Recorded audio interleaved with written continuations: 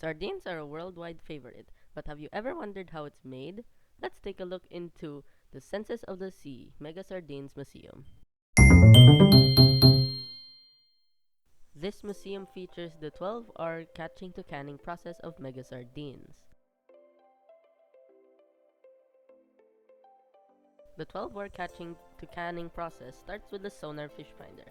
They find the fish using sonar to see if there's high population of sardines nearby.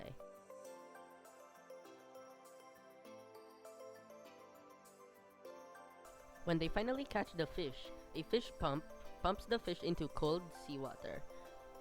The fish then gets vacuumed into a sorting facility where the fish are sorted by size.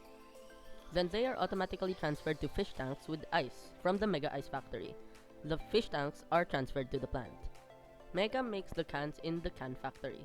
It can produce 500 cans per minute. When the fish arrive in the plant, they get checked and canned automatically. The cans get sterilized first before fish are put inside. The fish then are filled with sauce.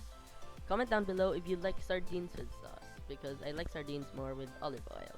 The next process is retorting. It's like a giant pressure cooker where all of the fish inside their cans are placed. This ensures longer shelf life. After all of that, it's finally time for the cans to get in the boxes and shipped to your grocery store. Please like, share, and subscribe, and be sure to check out our other videos. Thank you for watching this video and hope you liked it.